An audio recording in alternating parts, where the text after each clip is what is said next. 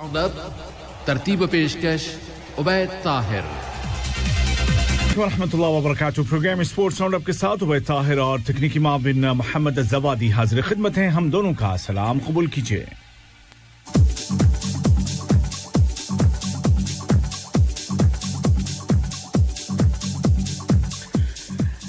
सामीन, आज की खबरों का आगाज हम एक अफसोसनाक खबर के साथ कर रहे हैं जिसका ताल्लुक यहीं कतर से है। और कतर में जितने भी स्पोर्ट्समैन हैं, जितने भी स्पोर्ट्स यूनियंस हैं, एसोसिएशंस हैं, चाहे वो फुटबॉल की हों, एथलेटिक्स की हों, हैंडबॉल की हों, वॉलीबॉल की हों या किसी और खेल की हों, सभी ने इस पर अपने गम का इजहार किया है। और ये गमनाक खबर कतर ही से मुतालिक है। कतर के स्प्रिंटर अब्दुल इला हारून, जिनकी उम्र सिर्फ 24 साल थे, कल सुबह एक हादसे में, सड़क हादसे में इंतकाल कर गए हैं। और ये एक बड़ा झटका यहाँ कतर में रहने वाले तमाम जो स्पोर्ट्स को पसंद करने वाले लोग हैं, तमाम जो स्पोर्ट्स बॉडीज हैं, सब ने ट्वीट के जरिए, अपने पैगामात के जरिए उस पर अफसोस का इजहार किया है। और अब्दुल इला हारून टोक्यो 2020 के लिए तैयारियां कर रहे थे और बड़ी उम्मीद थी कि वो ओलंपिक्स में न सिर्फ क्वालिफाई करेंगे बल्कि मेडल भी कतर के लिए जीतेंगे, क्योंकि इससे पहले वो 400 मीटर में वर्ल्ड मेडल ला चुके हैं। कतर ब्रॉन्ज मेडल उनके पास था 400 मीटर में, लेकिन कुदरत को यही मंजूर था कि वो मजीद आगे न जा सके। और इस मौके पर हम उर्दू रेडियो कतर की पूरी टीम की जानिब से अब्दुल इला हारून की फैमिली के साथ न सिर्फ उनको ताज़ियत पेश करते हैं, यकजहती का इजहार करते हैं, बल्कि दुआ भी करते हैं कि अल्लाह ताला उनको सब्र अता फरमाए। और न सिर्फ उनकी फैमिली बल्कि कतर की पूरी जो स्पोर्ट्स वर्ल्ड है, उन सब के साथ हम भी अपनी ताज़ियत का इजहार करते हैं।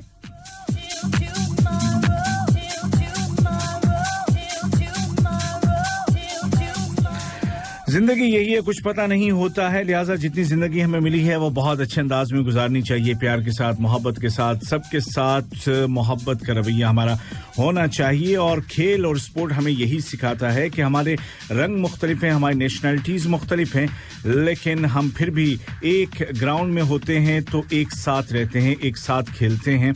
और ऐसी हमें आम जिंदगी में भी प्यार और मोहब्बत के साथ रहना चाहिए। यही खेल का पैगाम है और यही कतर का पैगाम भी है। और इसीलिए उसने स्पोर्ट्स में इतनी ज्यादा इन्वेस्टमेंट की है, क्योंकि कतर ये समझता है कि स्पोर्ट्स के जरिए से हम दुनिया के मुख्तलिफ अक़वाम को, मुख्तलिफ कौमों को आपस में करीब ला सकते हैं। आगे बढ़ते हैं और बात करेंगे हम Asian championship basketball, club basketball. अब और ये मर्दों का मुकाबला Asian basketball championship for main, और इसका फाइनल मैच हुआ कुवैत के अल कुवैती टीम और सऊदी अरब के क्लब अन नस्र के दरमियान।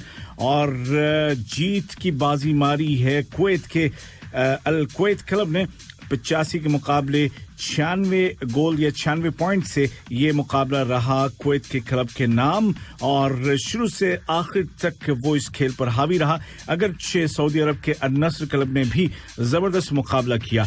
बहरहाल जी, ये है एशियन नहीं बल्कि सॉरी अरब खलीजी चैंपियनशिप। और इस गल्फ चैंपियनशिप को 12 साल के बाद कुवैत के इस क्लब ने दोबारा जीता है।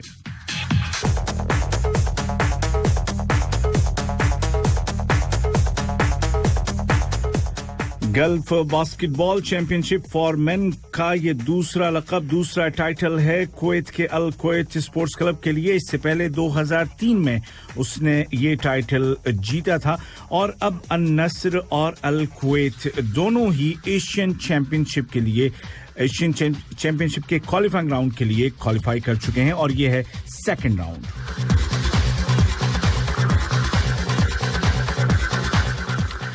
कतर में आते हैं, वापस बात करेंगे अरब फीफा कप 2021 की, जिसके क्वालिफाइंग राउंड के तमाम मैचेस मुकम्मल हो चुके हैं और आखिरी मुकाबला खेला गया जुमे को बहरीन और अल कुवैत की टीमों के माबैन।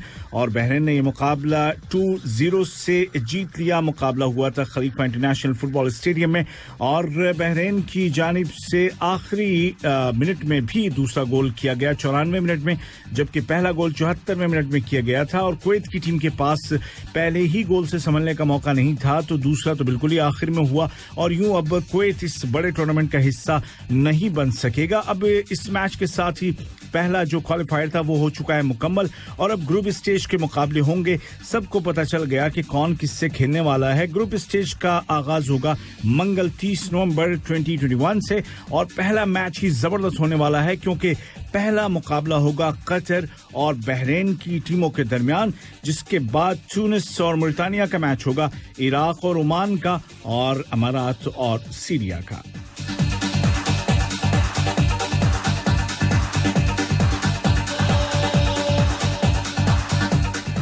यूरोपियन चैंपियनशिप के लिए भी टीमों के दरमियान जबरदस्त मैचेस हो रहे हैं और प्री क्वार्टर फाइनल्स के मुकाबले शुरू हो चुके हैं। कल पहला दिन था प्री क्वार्टर फाइनल्स का। वेल्स और डेनमार्क के दरमियान हुआ पहला मैच और डेनमार्क ने 4-0 की बड़ी फतह हासिल की वेल्स की टीम के खिलाफ और यही नतीजा बल्कि एक गोल रशिया ने किया था। रशिया को भी 4 से हराया था डेनमार्क ने। जबरदस्त फॉर्म में चल रही है ये टीम और पहुंच गई है क्वार्टर फाइनल में। दूसरा मैच था ऑस्ट्रिया और इटली की टीमों के दरमियान। दोनों ही टीमें पहले जो असल ओरिजिनल वक्त था उसमें कोई गोल ना कर सकी, जिसके बाद एक्स्ट्रा टाइम दिया गया और एक्स्ट्रा टाइम में इटली ने 2 गोल किए जबकि ऑस्ट्रिया की टीम सिर्फ 1 गोल ही कर सकी और इस तरह से 1 के मुकाबले 2 गोल से इटली ने क्वालिफाई कर लिया है क्वार्टर फाइनल के लिए। आज 2 मैचेस खेले जा रहे हैं प्री क्वार्टर फाइनल राउंड में और 1 का मुकाबला इस वक्त जारी है हॉलैंड और चेक रिपब्लिक की टीमों के दरमियान और अब से ज्यादा देर पहले तक कोई भी टीम गोल नहीं कर सकी थी। आज एक और मैच होने वाला है रात को 10 बजे कतर के वक्त के मुताबिक और ये मैच है पुर्तगाल यानी कि क्रिस्टियानो रोनाल्डो की टीम और बेल्जियम के दरमियान और ये मुकाबला भी उम्मीद है कि जबरदस्त होने वाला है। जिसके बाद कल 2 मैचेस होंगे प्री क्वार्टर फाइनल राउंड के, जिसमें क्रोएशिया सामना करेगा स्पेन का और फ्रांस का मुकाबला होगा स्विट्जरलैंड का। और इस राउंड के आखिरी 2 मैचेस मंगल को होंगे। इंग्लैंड खेलेगा जर्मनी के साथ और स्वीडन का सामना होगा यूक्रेन के साथ और इस तरह से प्री क्वार्टर फाइनल्स के तमाम मैचेस हो जाएंगे मुकम्मल और फिर जुमा 2 जुलाई से क्वार्टर फाइनल के मुकाबले स्टार्ट हो जाएंगे।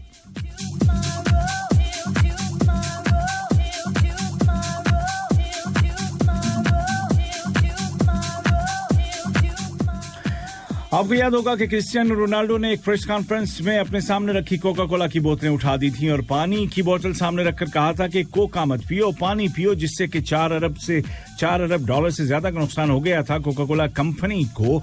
उसके बाद एक और प्रेस कॉन्फ्रेंस में फ्रांस के मुस्लिम प्लेयर पॉल पोग्बा ने अपने सामने रखी बियर की बोतल को हटा दिया था और दोनों में फर्क ये है कि क्रिस्टियानो ने अपनी जाती पसंद की वजह से हटाया था कोका को, जबकि पॉल पोग्बा ने अपने मुस्लिम अकायद की वजह से हटाया था कि उनके मजहब के मुताबिक शराब पीना, बियर पीना हराम है, लिहाजा उन्होंने हटाया था। अब ये खबर मैं आपको क्यों बता रहा हूं, बता इसलिए रहा हूं कि अब यूएफए ने बाकायदा मुस्लिम खिलाड़ियों के अकीदे का, उनके मजहब का एहतराम करते हुए एक फैसला जारी कर दिया है कि प्रेस कॉन्फ्रेंस में अगर कोई मुस्लिम खिलाड़ी आ रहा है तो उसके मजहब के एहतराम में उसके सामने टेबल पर कोई भी इस तरह की चीज, कोई भी इस तरह का प्रोडक्ट नहीं रखा जाएगा जो उसके दीन और मजहब के खिलाफ है।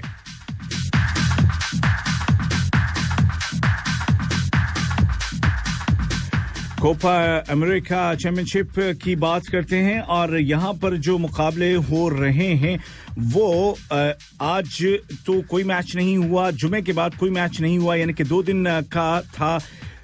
दिन का था रेस्ट और अब उसके बाद मुकाबले कल से होंगे शुरू। इक्वाडोर कल खेल रहा है ब्राजील के साथ और वेनेजुएला सामना करेगा पेरू का। और ये जो मैं कल कहता हूं तो इसमें वक्त के फर्क का बहुत ख्याल रखिएगा क्योंकि कई घंटों का फर्क है लैटिन अमेरिका और कतर की टाइमिंग्स में। और फिर मंगल को जो मैचेस होंगे अर्जेंटीना और बोलीविया के दरमियान और उरुग्वाई खेलेगा पैराग्वाई से, जिसके बाद हमें मिल जाएंगे क्वार्टर फाइनलिस्ट सारे के सारे और क्वार्टर फाइनल्स का आगाज होगा 3 जुलाई हफ्ते के दिन से।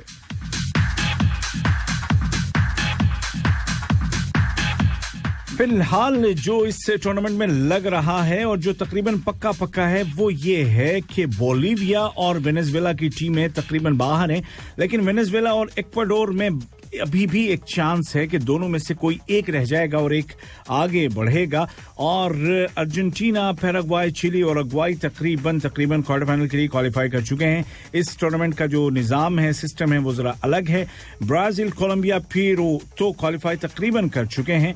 अलबत्ता उसके बाद इक्वाडोर और वेनेजुएला में से कोई एक आगे पीछे हो सकता है। थोड़ा सा खतरा पेरू का भी है, लेकिन बहरहाल फाइनल तो नतीजा आने के बाद ही पता लगेगा कि कौन आगे गया, कौन रह गया। फिलहाल जो पक्के पहुंच चुके हैं क्वार्टर फाइनल में वो हैं ब्राजील, कोलंबिया, अर्जेंटीना, पैराग्वाई, चिली और उरुग्वाई, यानी कि बोलिविया पक्का बाहर है। अलबत्ता जो 3 टीमें Peru, Ecuador, Venezuela group B से, उनमें कोई भी टीम आगे बढ़ सकती है।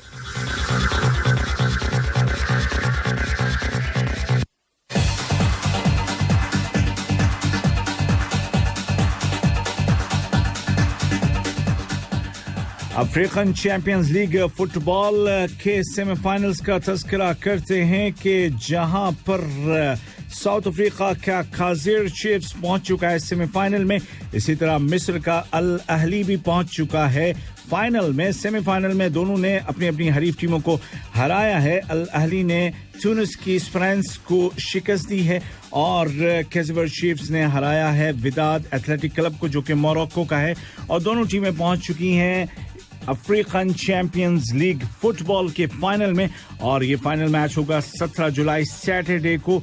और देखना यूं है कि मोरक्को में होने वाला ये फाइनल मैच मिस्र की टीम अल अहली लेकर के अपने घर आएगी या साउथ अफ्रीका की टीम काज़र चीफ्स इस टाइटल और इस कप को लेकर के जाएगी अपने मुल्क।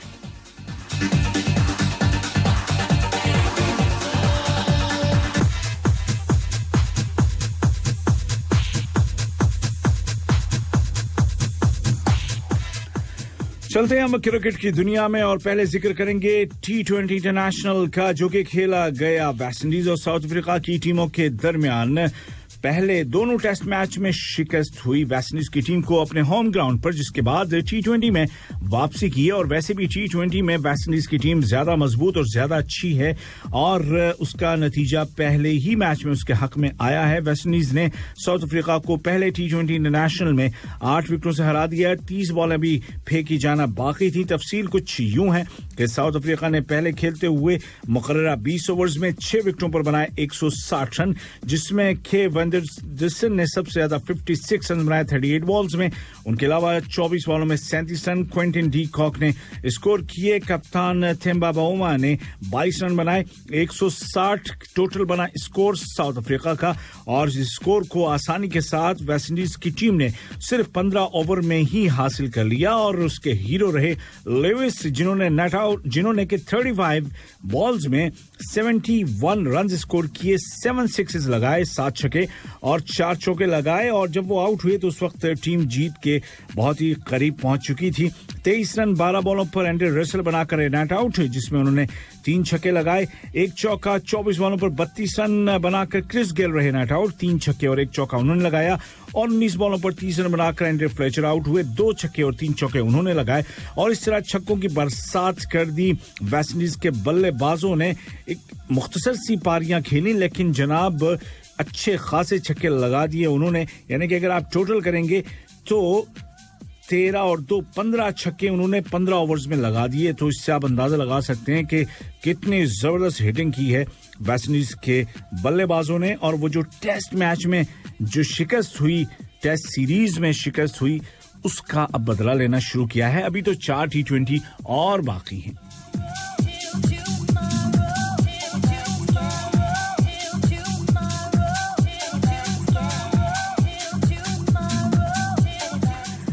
पाकिस्तान सुपर लीग का फाइनल मैच आप जानते हैं कि मुल्तान सुल्तान और पेशावर ज़िल्मी के दरमियान खेला गया। और मुल्तान सुल्तान जो कि पहली बार पहुंचे थे इस टूर्नामेंट के फाइनल में, वो जीते 47 रन से और बड़ा ही जबरदस्त किस्म का स्कोर उन्होंने खड़ा कर दिया था। पहले खेलते हुए 20 ओवर्स में 4 विकेटों पर 206 रन, जिसका के क्रेडिट शोएब मकसूद के नाम, जिन्होंने 35 बॉल्स में 65 रन बनाए। उसके अलावा सिर्फ 21 बॉल्स में रेली रोसो ने 50 रन बना डाले थे और शान मसूद ने 37, जबकि किया मोहम्मद रिजवान जो कि कप्तान है, उन्होंने 30 रन बनाए थे। 5 ओवरों पर खुशदिल शाह ने आखिर में 15 रन 2 छक्कों की मदद से बना दिए और 206 रन किसी भी फाइनल में किसी भी टीम के लिए बहुत बड़ा स्कोर होता है, बहुत जबरदस्त प्रेशर आता है और ये प्रेशर पेशावर ज़िल्मी के बल्लेबाज न सह सके और पूरी टीम 20 ओवर्स में 159 रन ही बना सकी। 9 विकेटों पर 47 रन के फर्क से ये मैच और ये टूर्नामेंट जीता मुल्तान सुल्तान ने और जनाब रहे शाहनवाज रहे प्लेयर ऑफ द मैच और इसी तरह शोएब मकसूद रहे प्लेयर ऑफ द टूर्नामेंट, यानी कि दोनों ही खिलाड़ी जो कि बड़े इस टूर्नामेंट में सामने आए, player of the match Shoaib Maqsood और प्लेयर ऑफ द सीरीज रहे शोएब मकसूद, यानी कि दोनों ही एजाज उनके नाम रहे।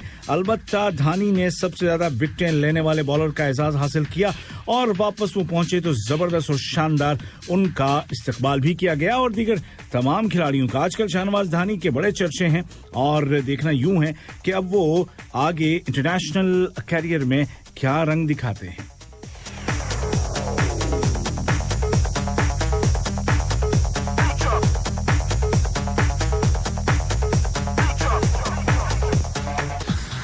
भारत और इंग्लैंड की खवातीन क्रिकेट टीमों के दरमियान आज सीरीज का पहला ओडीआई मैच ब्रिस्टल में खेला गया और ये मैच इंग्लैंड की खवातीन ने 8 विकेटों से जीत लिया।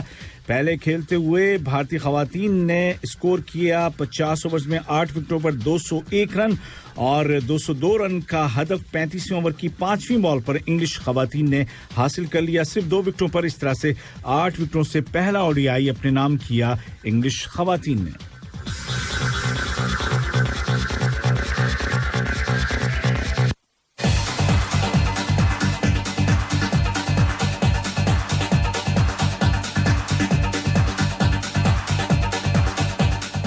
उधर इंग्लिश मर्दों का श्रीलंका के मर्दों के साथ मुकाबला ओडीआई के शुरू होने वाला है और 29 जून को पहला मैच होगा। इससे पहले जो T20 सीरीज हुई उसको पूरी तरह अपने नाम किया इंग्लिश टीम ने और तीनों मैचों में कोई मौका नहीं दिया श्रीलंका को कमबैक करने का और बिल्कुल व्हाइट वॉश क्लीन स्वीप कर दिया।